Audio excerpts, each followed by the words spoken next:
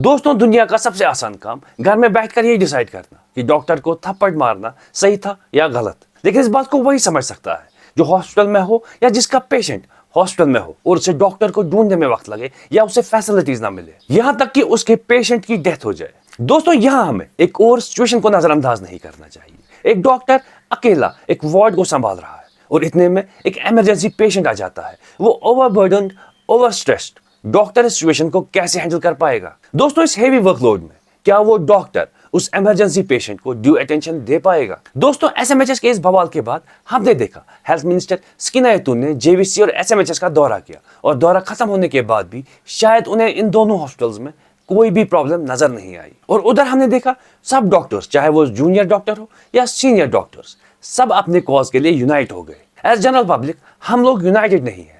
अगर हम किसी भी हॉस्पिटल में जाते हैं तो हमारे दिमाग में एक चीज होती है कि किसी तरह से यहाँ से जान बचा के निकल ले, फिर दोबारा यहाँ की तरफ नहीं देखेंगे। लेकिन होना तो ये चाहिए था कि अगर आप किसी भी हॉस्पिटल में जाते हैं, वहां पे आपको जो भी प्रॉब्लम फेस करनी पड़ती है उसका आप प्रोटेस्ट रजिस्टर करते हैं।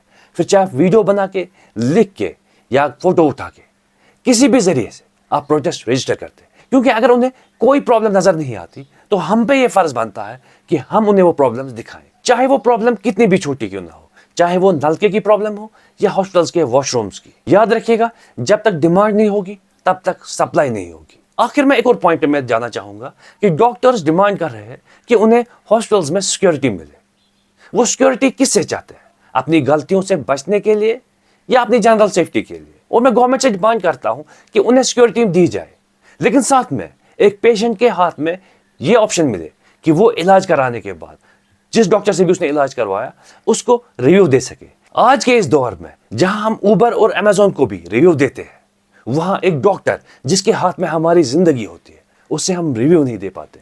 हम ये नहीं कह पाते कि इस डॉक्टर ने हमारा ट्रीटमेंट कैसे किया। दोस्तों, दूसरों को ब्लेम करने से बेहतर है कि हम लोग एज ए सोसाइटी खुद में चेंज लाए, वरना यही गंदे वार्ड्स, यही गंदे वॉशरूम्स और यही मेडिकल नेग्लिजेंस का शिकार हम हमेशा होते रहेंगे।